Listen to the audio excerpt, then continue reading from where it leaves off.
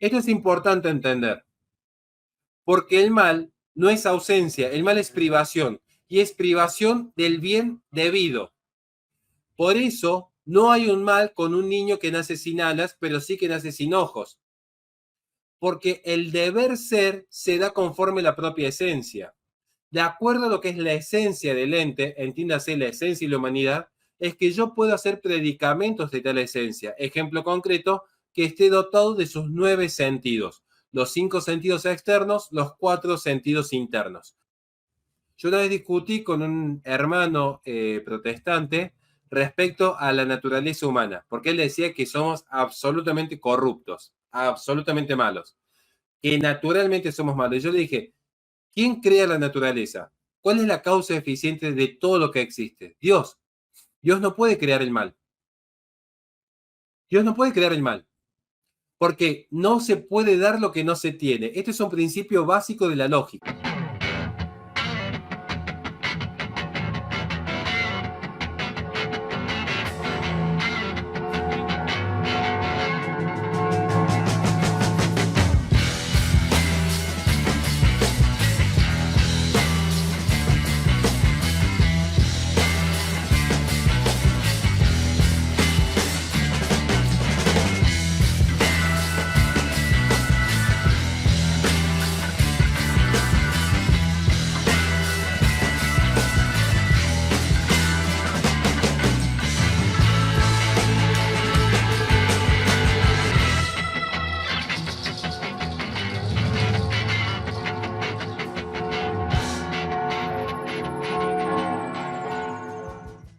Si hay una duda que incluso al día de hoy no la tengo resuelta, sino que he aprendido a aceptarla con la sumisión que implica ser hijo también de la Iglesia Católica en cierto sentido, ¿no?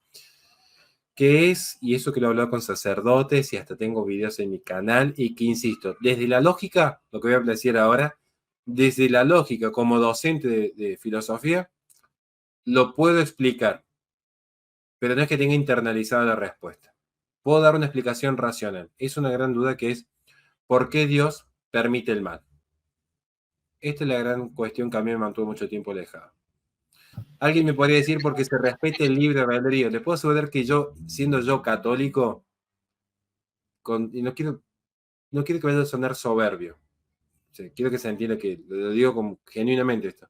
Yo siendo católico, si me tuviese que debatir a mí mismo, tengo como refutarme una serie de respuestas que ya sé que me van a decir.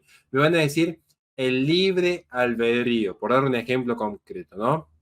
Dios respeta tu libertad porque para amar tenés que amarlo en libertad. El acto de amor yo lo entiendo racionalmente. El acto de amar forma parte del obrar que tiene la persona, y la persona se define como aquello que está dotado de inteligencia y voluntad. Por eso hablamos de la persona humana como animal racional, género próximo, diferencia específica, porque el animal per se posee solamente conocimiento sensible, no racional, no está dotado de inteligencia y voluntad. El ángel sí está dotado de inteligencia y voluntad, por eso el ángel puede pecar o no, que es lo que hace en el acto mismo de la creación, sirve o no sirve, y la propia persona divina. No es mera voluntad, como dijo Guillermo de Ockham, tampoco es una mera inteligencia que no obra, porque si no, no habría un acto creador. Entonces, la persona divina, este Dios que es uno y trino, está dotado de inteligencia y voluntad, es sumamente libre, igual que el ángel, que es libre, igual que el ser humano. Sin embargo, insisto una vez más, ¿por qué Dios permite el mal? Más allá que entiende esta explicación racional, les puedo asegurar que hay 2 o 3 contraargumentos que yo podría dar ahora si quieren. No sé cómo estamos de tiempo, que a mí el día de hoy me deja con una inquietud que no se puede resolver ni siquiera a la luz de la verdad revelada.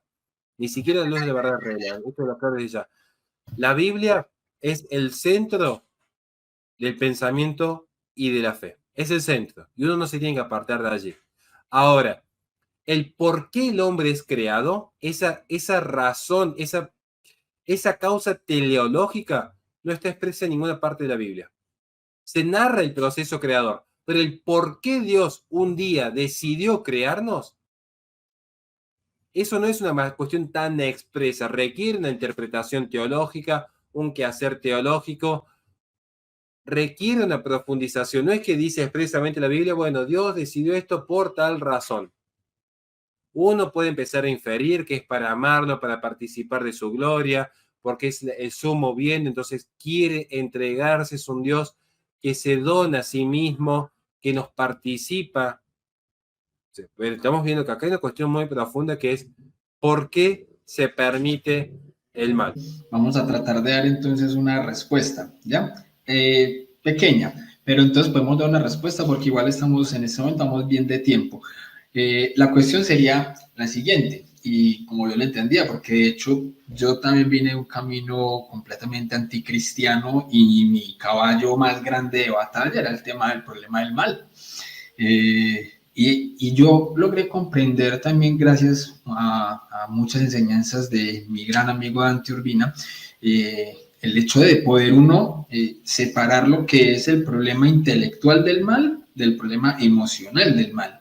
Y yo veo que podemos dar muchas respuestas al problema intelectual del mal, pero hay un ejemplo muy claro en cuanto a la parte emocional y es lo que yo estoy completamente de acuerdo con lo que te estás diciendo, mi hermano, y es así, es que de hecho ese puede ser el argumento más difícil de responder.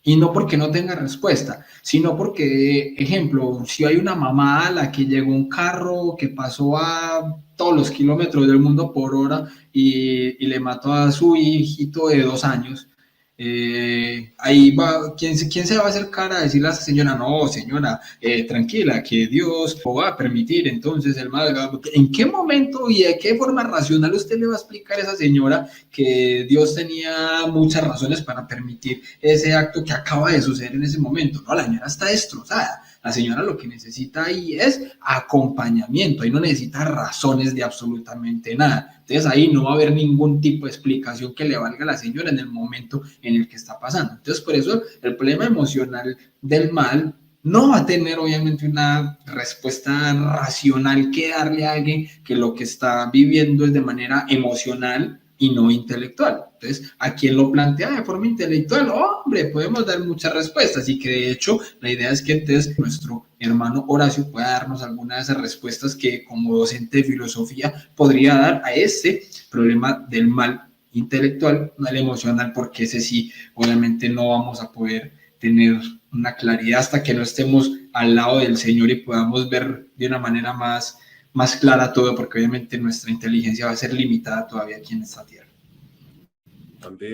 Perdón que estoy un poco congestionado, estoy bastante enfermo, así que estamos acá haciendo un pequeño esfuerzo. Y pido perdón si algo no es suficientemente claro. El mal tiene que ser entendido siempre como una deficiencia. Una vez supe preguntar en una de mis conferencias qué es el mal. Nadie se animaba a responder. Y dije, no, por favor, me gusta interactuar, no me gustan los monólogos. Entonces se levantó un hombre y me dijo, es la ausencia del bien. Yo me quedé, flor de respuesta, ¿no? Y le dije, ¿está completamente seguro? Sí, sí, es la ausencia del bien. Le digo, ¿estás seguro que es la ausencia del bien? Completamente seguro, señor, me dijo. Bueno, mire, yo no estaría tan seguro.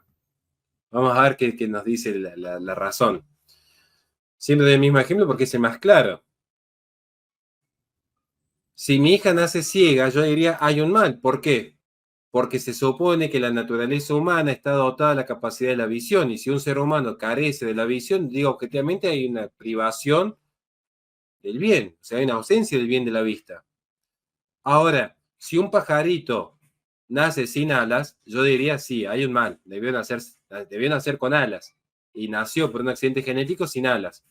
Mis hijas, gracias a Dios, nacieron sin alas, es decir, nacieron sin un bien, porque el bien tiene siempre una carga ontológica.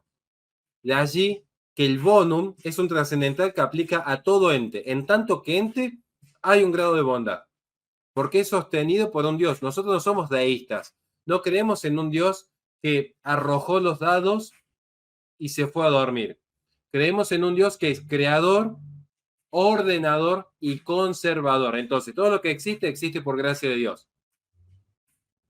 Allí, en ese punto, vemos que si mi hija nace sin alas, no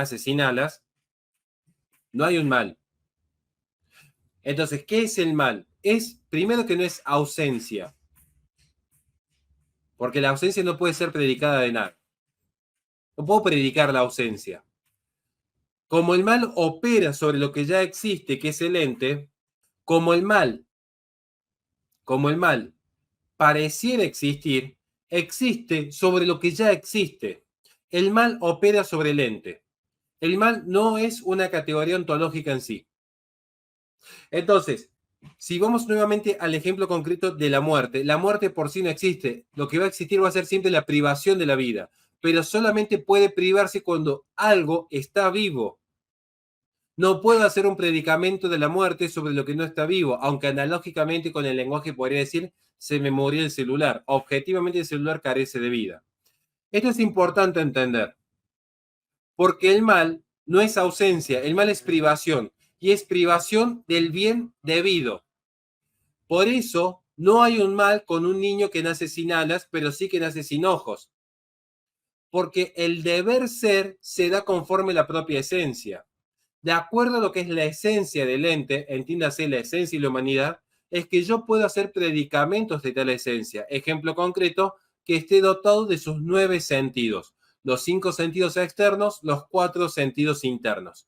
Sobre los predicamentos de estos 9 sentidos, yo puedo establecer luego qué es lo bueno o qué es lo malo, relativo al ente, relativo a su deber ser, relativo a esa esencia. Por eso es el mal privación del bien debido. Y ese bien debido se sabe por el deber ser. Y el deber ser se sabe por la propia esencia. Entonces, yo tengo la esencia, entiéndase, aquel, y que no se vaya a malinterpretar, aquel ideal, es decir, no accidentado, no el accidente de William Toro o el accidente de Horacio Justo, que son formas concretas, sino la esencia absoluta, la humanidad, no el humano, porque cada humano tiene su accidente, tiene su cualidad, tiene su cantidad, tiene su forma.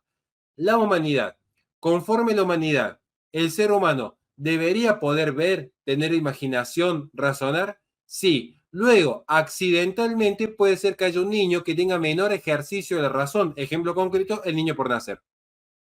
El niño por nacer tiene una naturaleza racional, aunque no pueda ejercer la razón todavía. Una persona con cierta discapacidad, una persona que se encuentra en coma, una persona bajo los efectos de la droga, están privadas circunstancialmente de la razón, o mejor dicho, están privadas del ejercicio de la razón, como pueden estar privadas del ejercicio de la dignidad, justo con el vivo que hablaba yo previo a ingresar a esta entrevista. Hay privaciones circunstanciales, pero que operan sobre lo que ya es. Ahora, la naturaleza es trascendental. Entendiendo esto, es que yo puedo entender que el bien, el bien es la propia realización de la esencia. ¿Qué sucede con Dios? Que Dios es el sumo bien, porque su esencia es su acto de ser y su acto de ser es su esencia. Es absolutamente simple. Yo puedo descomponerme. Yo puedo descomponer, al menos intelectualmente, lo que es la esencia de el acto de ser. Ejemplo concreto, yo puedo hablar del ser humano. Acto de ser, la palabra ser, y la esencia, humano. Porque podría ser un perro, podría ser un árbol, pero Dios dispuso que sea un humano. Acto de ser más esencia. Eso se llama compuesto. Dios es absolutamente simple. Su acto de ser es su esencia y su esencia es su acto de ser. Y en esta simplicidad se da lo que es la suma perfección. ¿Y cómo es la suma perfección? Todos los predicamentos operan sobre el propio ser. Entonces Dios es sumamente simple, sumamente libre, sumamente bello, sumamente bueno, sumamente verdadero. Y todo lo que es participa, toma parte, toma una parte de la bondad, toma una parte de la verdad, toma una parte de la belleza. ¿Qué sucede con esta pobre madre que ha perdido un hijo? Primero que allí vemos que hay un mal, objetivamente su hijo ha fallecido. Lo que ha sucedido es que ese mal es una privación. Y aquí tenemos que entrar al segundo plano del análisis.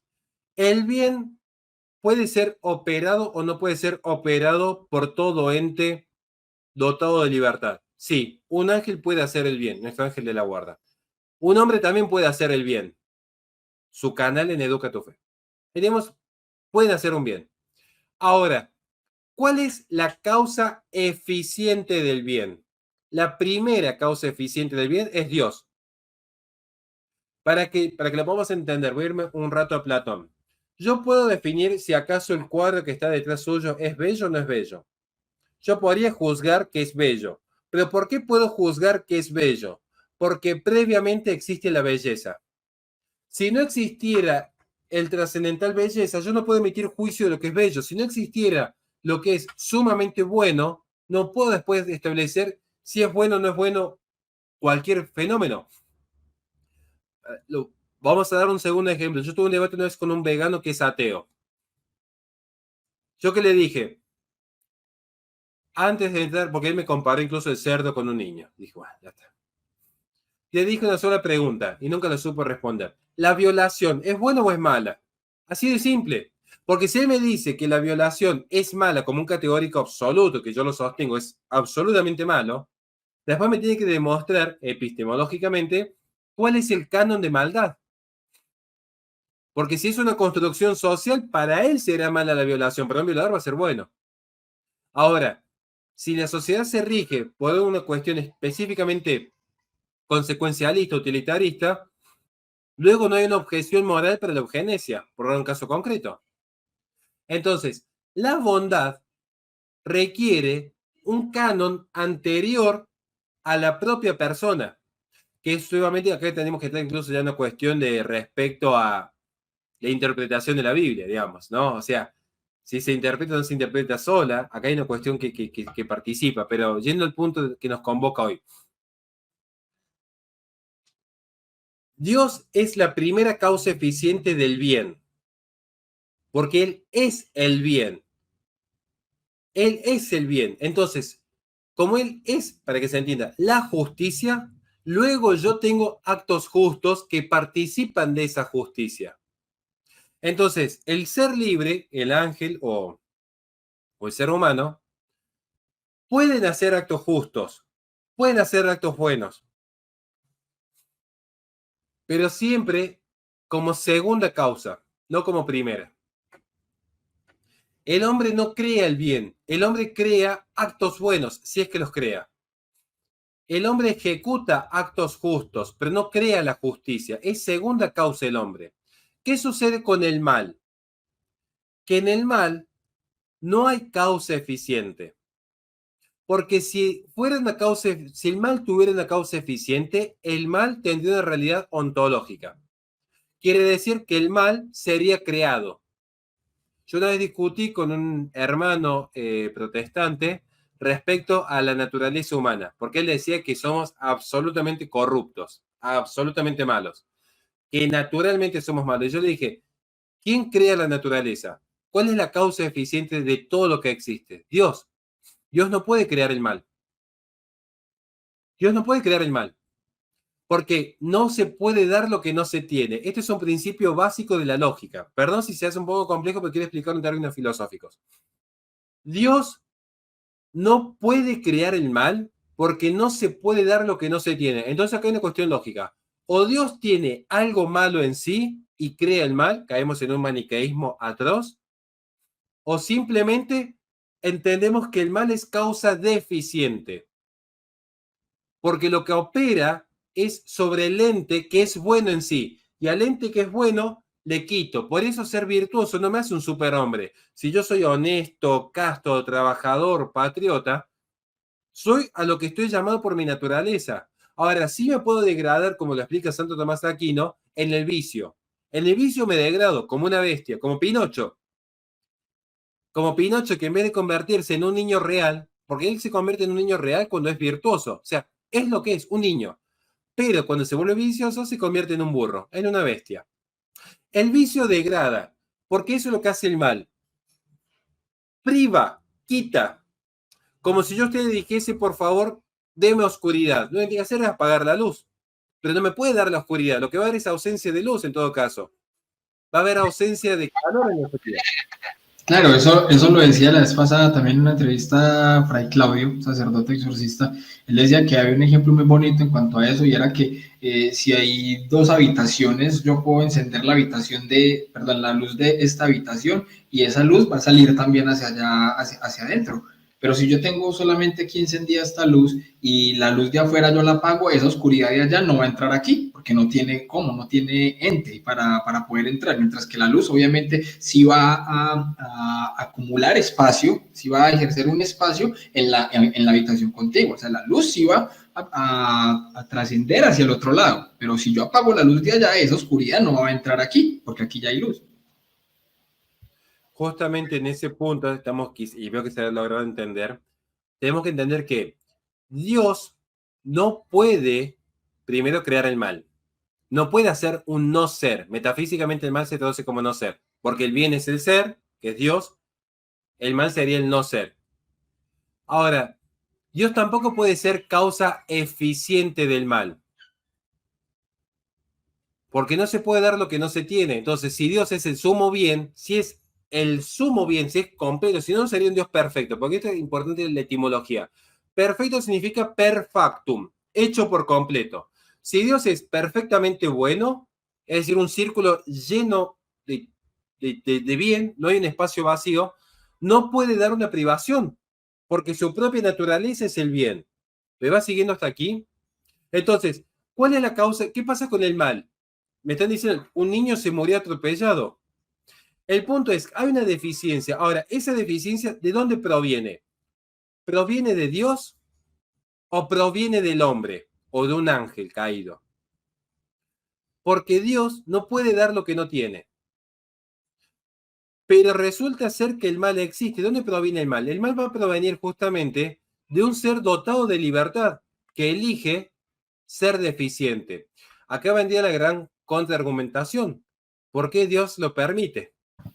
Es que ahí es donde viene el punto en ese ejemplo, de hecho, del carro que atropella al niño. Más de uno podría preguntarse, ok, entonces, ¿dónde estaba Dios en ese momento en el que ese señor atropelló al niño? Y muchas veces yo he tratado de dar la respuesta en el sentido de que, bueno, ¿dónde estaba Dios? Seguramente, y dándolo pues como en un contexto hipotético, seguramente Dios podía haber estado en la taberna, en la voz del amigo de esta persona, diciéndole, hombre, no manejes borracho, ve, te doy plata para el taxi. Y esta persona en su libertad toma la decisión de no aceptar el dinero del taxi, de no hacerle caso al amigo, que en ese momento era la voz de Dios diciéndole, no se vaya a manejar borracho, toma su decisión de salir a conducir el carro así borracho a alta velocidad y en esa decisión libre termina atropellando al bebé. Y no solamente irresponsabilidad entonces ahí de ese acto libre, sino también quizás de la mamá que pudo haber tenido un momento de descuido con el hijo. Entonces hay circunstancias allí que pueden haber ocasionado esto y es a lo que íbamos al principio. O sea, Dios permite el acto del hombre, pero él trata obviamente también de estar allí presente, como lo decíamos, en la voz de su amigo diciéndole no manejes borracho, pero Dios no va a coger entonces el carro o va a poner un muro entonces enfrente para que no atropelle el niño, o sea, Dios no va a interrumpir de esa manera, pero él puede tratar de interceder de alguna manera en el acto libre de la persona en el momento de tomar la decisión. Alguien podría decir, ¿por qué Dios, siendo tan poderoso, es un dilema que se lo atribuye muy erróneamente a Epicuro, porque nunca lo dijo, ¿eh? O sea, que le diga esto, hay un error histórico ahí. Se lo atribuye a Epicuro. ¿Y por qué Dios no lo evitó siendo tan poderoso? El tema es que para amar a Dios tiene que haber un amor libre, no puede interferir en esta decisión voluntaria de amar o no amar. Para hacer el bien uno tiene que hacer de manera libre, si no sería un Dios tiránico que interfiere con la voluntad del hombre. Dios nos creó libres. Adán podía elegir, igual que Eva, pecar o no pecar, y eligieron. Imagínense uno que ya va heredando ese pecado original a las tendencias que ya tiene incluso, pero si los que ya sin pecado original caen en la tentación, imagínense uno. Pero no hay una interferencia, al contrario, hay un acto de amor que aún con esta naturaleza caída y pobre, Dios se encarna para el perdón de nuestros pecados. Pero la pregunta principal acá es sobre el problema del mal. como hemos visto, el hombre va a ser la primera causa deficiente. ¿Por qué es deficiente? Porque no tiene categoría ontológica.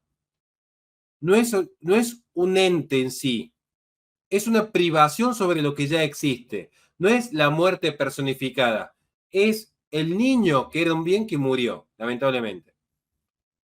Y aún así, y con esto cierro, creo que se ha entendido aquel punto del mal, porque yo no podría hablar del mal si no existiera el bien. El tema es qué es el bien y es Dios.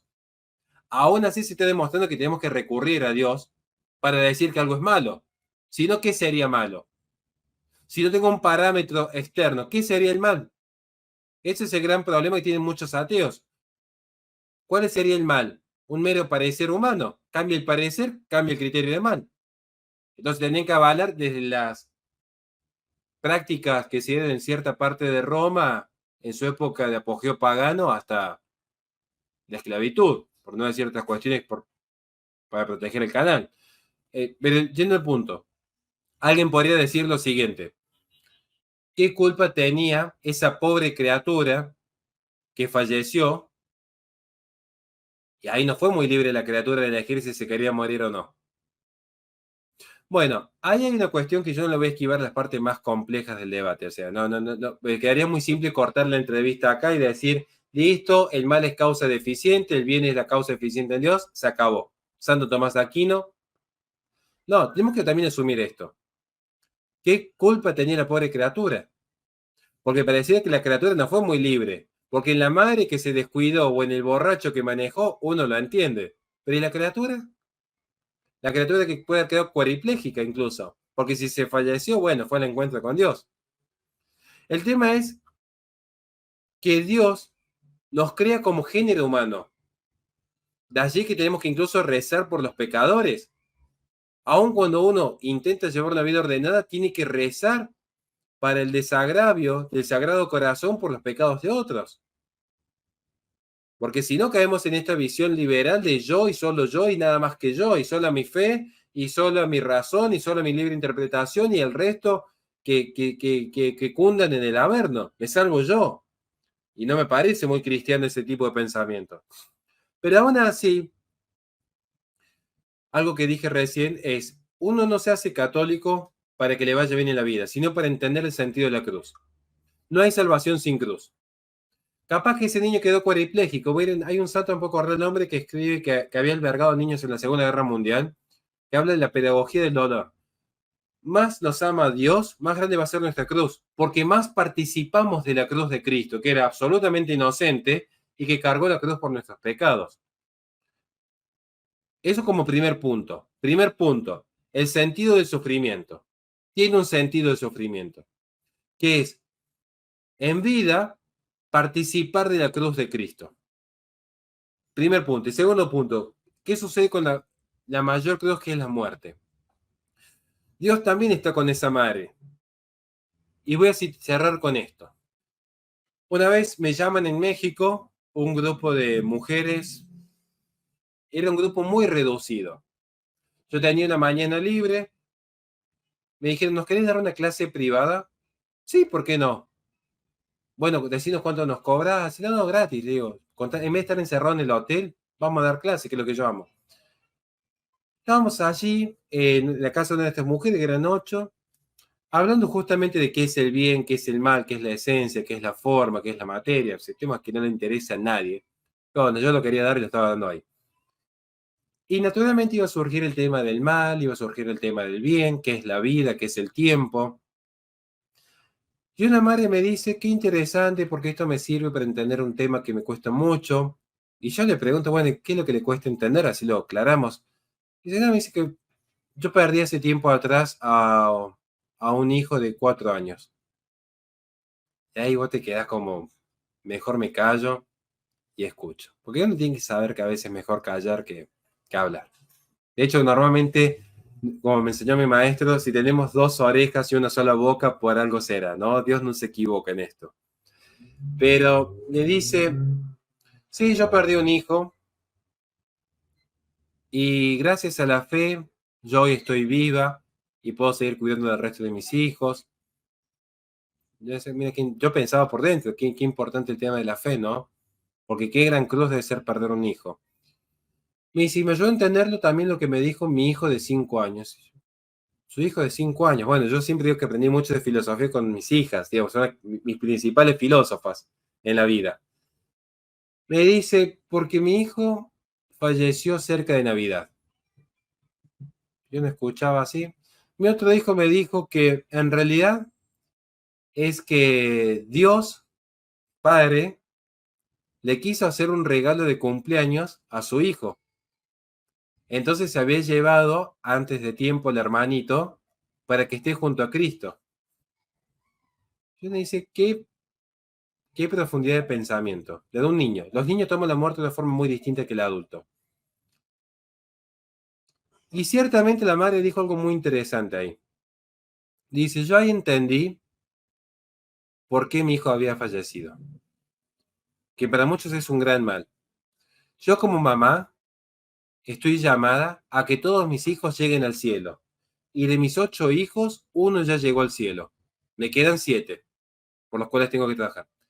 Dios supo que ese momento había llegado. Lo más difícil es entender que nada de lo que tenemos nos pertenece. Por eso dije al inicio de la entrevista, lo más injusto es la propia existencia. ¿Qué le puedo exigir yo a Dios? Si la propia existencia no es algo que yo le pueda exigir a Dios. Ningún ente se da a sí mismo su propia esencia. Y la primer gran esencia que tenemos es la propia existencia. Ningún ente se da a sí mismo su propia existencia. Nos es dada. Entonces, uno cuando pone esto en perspectiva entiende que lo que de Dios viene, Dios va. Como lo explica Job. Lo que de Dios viene, Dios va. Es ahí donde uno empieza a entender que el mal en sí no existe. Lo que existe es el bien. Y luego, por el pecado, hay privaciones.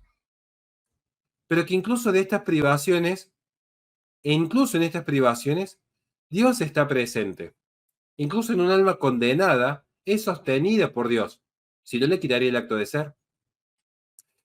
Aquí es donde empezamos a ver justamente lo que es la misericordia de Dios. A veces no vemos el mal en el momento.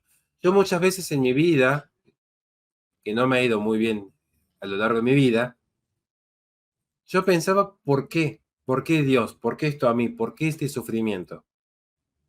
Hasta que un día me dije, ¿y por qué no? ¿Qué tan especial soy yo para que no tenga que sufrir? Si Jesucristo, que era el ser más perfecto, sufrió por nosotros, ¿por qué yo no?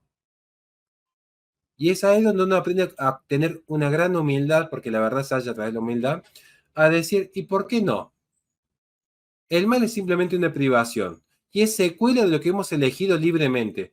Porque alguien que diga, ¿por qué a mí me pasa esto? Le puedo asegurar que no va a haber uno entre nosotros que si uno indaga un poco en la vida, no encuentre que en algo dañó a un tercero. Dijo una palabra que no era, lo condujo al error, lo hizo desviarse del camino. Y bueno, nadie es perfecto. Y somos siempre seres gregarios. Dios nos vio y dijo, no es bueno que el hombre esté solo. Entonces, somos seres de naturaleza compartida.